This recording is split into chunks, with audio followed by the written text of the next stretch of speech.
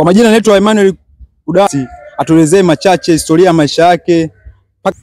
Shule ya awali ambayo inajulikana kwa majina ya Montessori ambayo inapatikana ndani ya manispaa yetu ya Mtwara Mikindani. Lakini baada ya elimu yangu ya awali nilifanikiwa kujiunga na elimu ya msingi katika shule ya msingi Kambarage ambayo pia iko ndani ya manispaa yetu ya Mtwara Mikindani. Nilijiunga na elimu ya msingi na kufanikiwa kumaliza 2009 katika shule ya msingi Kambarage.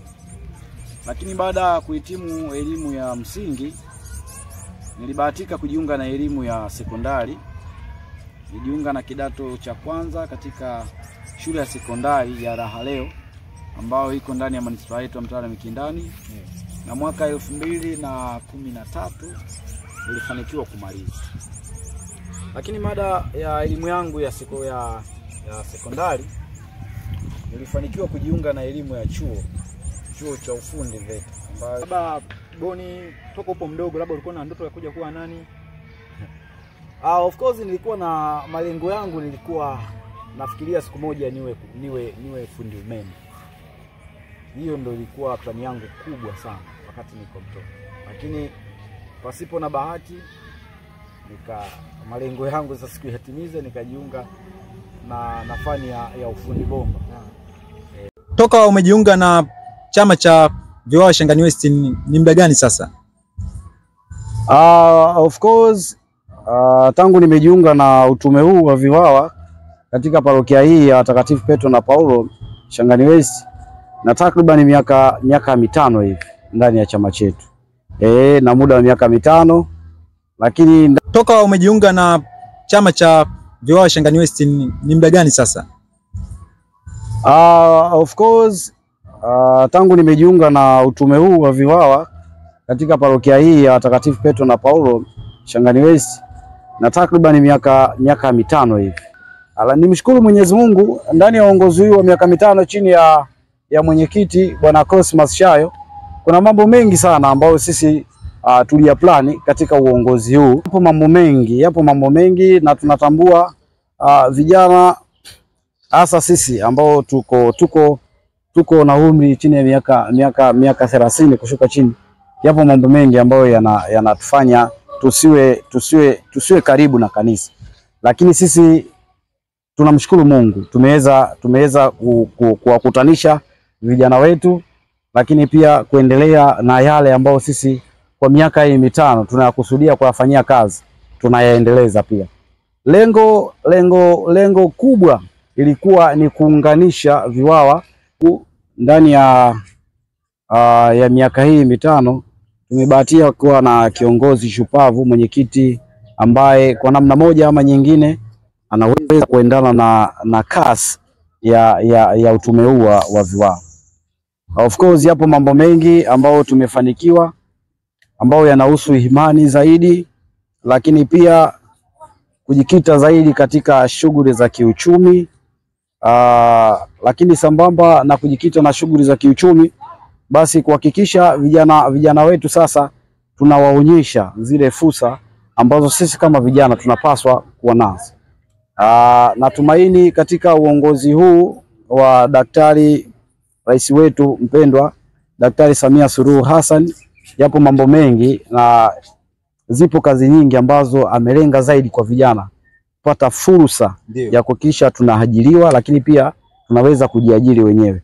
Kwa hiyo hilo ni lengo pia hasa la miaka hii 5 ndani ya uongozi wetu, kuhakikisha vijana wetu sasa tunawaonyesha zile fursa ambazo zinapatikana ndani ya mkoa wetu na hasa katika maeneo. Igizo la Ijumaa Kuu kwa upande wako ulilionaje? Igizo la Ijumaa Kuu kwa upande wangu, nafikiri kwanza niwapongeze zaidi Viwawa. Niwapongeze Viwawa kwa namna ambavyo wao wenyewe walijitoa kuhakikisha igizo lile linakwenda vizuri. Na lengo la igizo sio kuwaonyesha tu waumini kwamba Viwawa Shangani West wanaigiza. Hapana. Lengo la lile igizo ilikuwa sasa waumini sasa watafakari mateso ya Bwana wetu Yesu Kristo. Na lengo ilikuwa sio kuburudisha.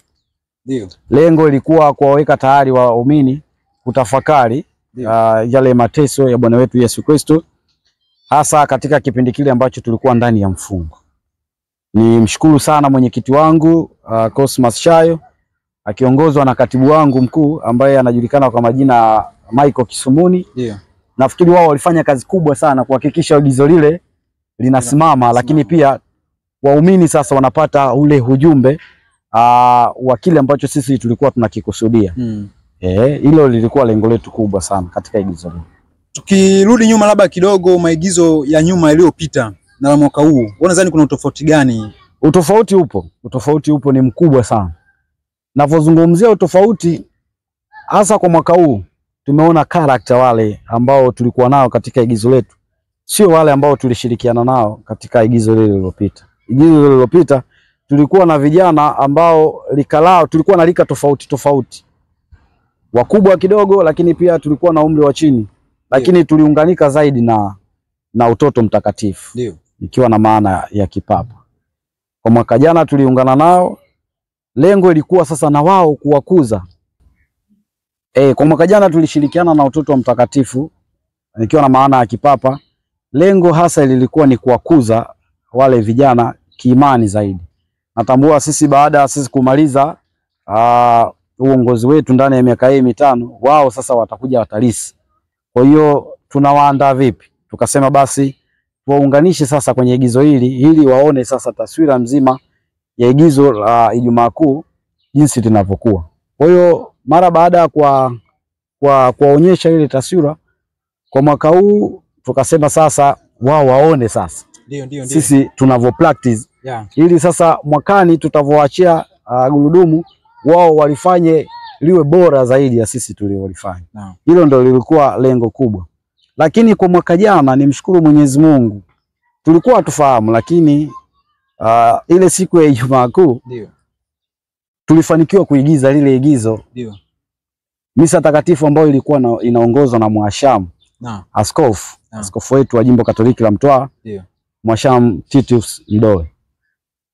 Natumaini tulifurahi sana. Kwa upande wetu tulifurahi kwa sababu hatukuwa na lengo la kufanya igizo lile mbele ya Mhashamu baba askofu, lakini ilionekana kama ni surprise. Kwa hiyo tulifurahi sana kuona tunafanya tukio lile baba yetu mpendwa askofu akiwa mbele yetu. Kwa hiyo kwa upande wetu sisi tulijisikia furaha sana. Lakini kwa mwaka huu pia igizo letu tulifanikiwa. Unalipi labda la kuambia vijana? Ujumbe wangu kwa vijana ni kusimama imara ndani ya utume wetu huu wa VIWAO. Kusimama imara kwa sababu gani? Kanisa Katoliki limeweka chama hiki cha kitume, lengo sio kufurahisha. Lengo sio kuburudisha. Ni kuandaa vijana wa kisasa katika maisha ya baadaye. Hilo ndio lengo kubwa. Katika parokia yetu tumeona tunaongozwa na viongozi wazee.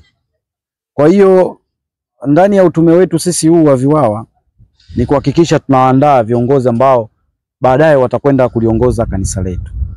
Hilo ndo lengo kuu hasa. Kwa hiyo ni waase vijana kuendelea kujiunga na utume huu wa VIWAO, na hasa vijana wale ambao wanapatikana pembezoni mwa parokia yetu hii ya Watakatifu Petro na Paulo waweze kujiunga ili chama chetu cha kitume kiwe imara zaidi. Lakini pia ndani ya kusimama imara sisi VIWAO kama parokia hii, lakini lengo kubwa zaidi ni kuhakikisha VIWAO katika jimbo la Mtwara linakuwa imara, linasimama imara kulinganisha na VIWAO wa majimbo tofauti. Nitolee mfano jimbo Katoliki la Njombe. Tumeona VIWAO wao namna wanavyoendesha utume wao, wanavyojipambanua kwenye mambo kaza wa kaza. Hasa kwenye ishu ya imani wako vizuri, kwenye ishu ya kiuchumi pia wamesimama imara, na hilo sasa ndio lengo kuu hasa la VIWAO wa jimbo hili la Mtwara. Hilo ndio lengo kuu, kuhakikisha VIWAO wa jimbo la Mtwara linasimama imara.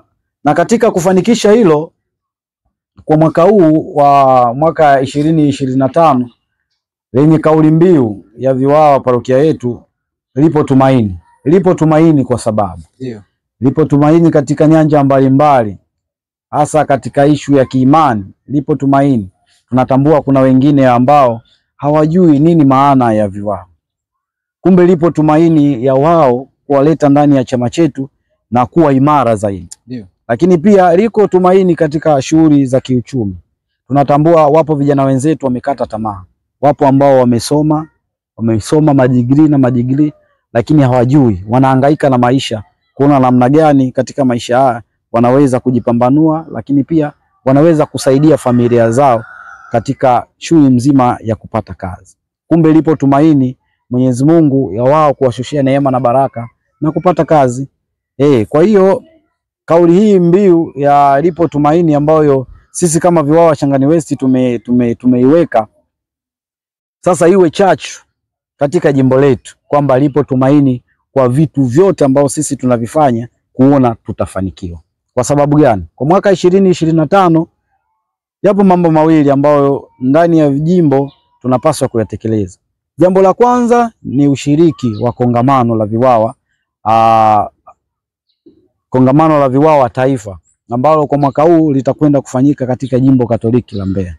Kumbe lipo tumaini la sisi Viwawa wote ndani ya jimbo letu kuhakikisha tunasafiri kutoka Mtwara kuelekea jimbo Katoliki la Mbeya mwezi wa 8 kushiriki na vijana wengine katika kongamano hili. Lakini pia lipo tumaini kwa kongamano ambalo litafanyika mwezi wa 11. Kongamano ambalo litakuwa ndani ya jimbo letu la Mtwara likiunganisha dekania zote ambazo zinapatikana ndani ya jimbo letu la Mtwara.